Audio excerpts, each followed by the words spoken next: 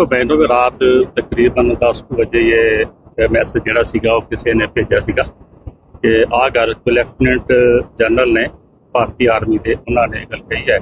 ਪਹਿਲਾਂ ਤਾਂ ਉਹਨਾਂ ਨੇ ਹਰਮੰਦਰ ਸਾਹਿਬ ਦੇ ਡਰੋਨ ਦਾ ਤੇ ਮਿਜ਼ਾਈਲਾਂ ਦੇ ਅਟੈਕ ਦੀ ਗੱਲ ਕੀਤੀ ਹੈ ਕਿ ਪਾਕਿਸਤਾਨ ਵੱਲੋਂ ਹਰਮੰਦਰ ਸਾਹਿਬ ਜੀ ਨੂੰ ਡਰੋਨ ਅਤੇ ਮਿਜ਼ਾਈਲਾਂ ਦਾ ਨਿਸ਼ਾਨਾ ਜਿਹੜਾ ਉਹ ਬਣਾਇਆ ਜਾਣਾ ਸੀ, ਪਰ ਭਾਰਤੀ ਫੌਜ ਨੇ ਉਹਨਾਂ ਦਾ ਜਿਹੜੀ ਆ ਮਨਸੂਬਾ ਸੀ ਉਹਨੂੰ ਫੇਲ ਕਰ ਦਿੱਤਾ।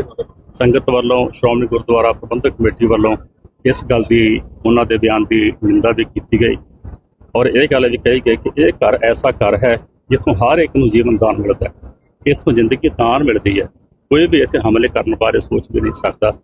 ਔਰ ਆਪਣੀ ਉਸ ਗੱਲ ਤੇ ਪਰਦਾ ਪਾਉਣ ਲਈ ਭਾਰਤੀ ਫੌਜ ਦੇ ਲੈਫਟੀਨੈਂਟ ਜਨਰਲ ਦੇ ਵੱਲੋਂ ਇੱਕ ਚੈਨਲ ਤੇ ਇੱਕ ਸਟੇਟਮੈਂਟ ਦੇਣੀ ਕਿ ਸਾਡੀ ਗੱਲ ਹੈੱਡ ਗ੍ਰੰਥੀ ਉਹਨਾਂ 'ਚੋਂ ਲਿਖਿਆ ਹੈ ਕਿ ਗੋਲਡਨ ਟੈਂਪਲ ਨਾਲ ਕੋਈ ਕਿ ਤੁਸੀਂ ਗੰਨਾ ਲੈ ਕੇ ਇੱਥੇ ਪ੍ਰਕਰਮਾਂ ਦੇ ਵਿੱਚ ਆ ਸਕਦੇ ਹੋ ਜਾਂ ਗੰਨਾ ਆਪਣੇ ਆਪ ਬੀਜ ਸਕਦੇ ਹੋ।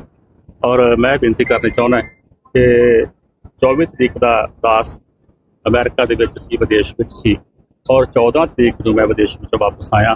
ਕਿਸੇ ਦੀ ਉਦਾਸ ਨਾਲ ਕਿਸੇ ਵੀ ਤਰ੍ਹਾਂ ਦੀ ਇਸ ਸੰਬੰਧ ਵਿੱਚ ਗੱਲਬਾਤ ਜਿਹੜੀ ਹੈ ਬਿਲਕੁਲ ਨਹੀਂ ਹੋਈ, ਨਾ ਪ੍ਰਬੰਧਕਾਂ ਵੱਲੋਂ ਕੀਤੀ ਗਈ ਹੈ, ਨਾ ਕੋਈ ਭਾਰਤੀ ਫੌਜ ਵੱਲੋਂ ਕੀਤੀ ਗਈ ਹੈ, ਨਾ ਕੋਈ ਭਾਰਤ ਸਰਕਾਰ ਦੇ ਕਿਸੇ ਨੁਮਾਇੰਦੇ ਵੱਲੋਂ ਕੀਤੀ ਗਈ ਹੈ।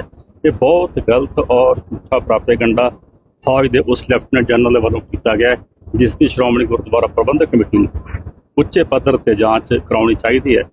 ਜੇਕਰ ਕੋਈ ਐਸਾ ਹੈ, ਜੇਕਰ ਸ਼੍ਰੋਮਣੀ ਕਮੇਟੀ ਵੱਲੋਂ ਜਾਂ ਮੈਨੇਜਮੈਂਟ ਵੱਲੋਂ ਜਾਂ ਦਰਬਾਰ ਸਾਹਿਬ ਵੱਲੋਂ ਜੇਕਰ ਕਿਸੇ ਨੇ ਐਸਾ ਕੋਈ ਉਹਨਾਂ ਨੂੰ ਕੋਈ ਖੋਲ੍ਹ ਦਿੱਤੀ ਹੈ ਤੇ ਗੱਲ ਕਹੀ ਹੈ, ਉਹਦਾ ਪਤਾ ਕਰਕੇ ਉਹਦੇ ਖਿਲਾਫ ਜਿਹੜੀ ਵਿਭਾਗੀ ਕਾਰਵਾਈ ਹੈ ਉਹ ਜ਼ਰੂਰ ਕਰਨੀ ਚਾਹੀਦੀ ਹੈ। ਬਾਕੀ ਇਹ ਸਾਰਾ ਪ੍ਰਾਪੇਗੰਡਾ ਬਿਲਕੁਲ ਝੂਠ ਹੈ ਕਿ ਮੈਂ ਤਾਂ ਇੱਥੇ ਹੈ ਹੀ ਨਹੀਂ। ਮੈਂ ਤਾਂ 24 ਤਰੀਕ ਨੂੰ ਵਿਦੇਸ਼ ਗਿਆ ਸੀ ਔਰ 14 ਤਰੀਕ ਨੂੰ ਵਾਪਸ ਆਇਆ। ਇਸ ਸਮੇਂ ਦੌਰਾਨ ਮੇਰੇ ਪਰਿਵਾਰ ਨਾਲ ਮੇਰੇ ਮੋਬਾਈਲ ਤੇ ਭਾਰਤੀ ਫੌਜ ਵੱਲੋਂ ਜਾਂ ਭਾਰਤ ਸਰਕਾਰ ਦੇ ਕਿਸੇ ਨੁਮਾਇੰਦੇ ਵੱਲੋਂ ਜਾਂ ਸ਼੍ਰੋਮਣੀ ਗੁਰਦੁਆਰਾ ਪ੍ਰਬੰਧਕ ਕਮੇਟੀ ਦੇ ਕਿਸੇ ਨੁਮਾਇੰਦੇ ਵੱਲੋਂ ਕਿਸੇ ਮੈਨੇਜਰ ਵੱਲੋਂ ਕਿਸੇ ਪ੍ਰਕਾਰ ਦੀ ਇਸ ਸੰਬੰਧ ਵਿੱਚ ਕੋਈ ਵੀ ਗੱਲਬਾਤ ਜਿਹੜੀ ਹੈ ਉਹ ਨਹੀਂ ਕੀਤੀ ਗਈ। ਇਹ ਸਾਰਾ ਦਾ ਸਾਰਾ ਕੋਰਾ ਝੂਠ ਤੇ ਪ੍ਰਾਪੇਗੰਡਾ।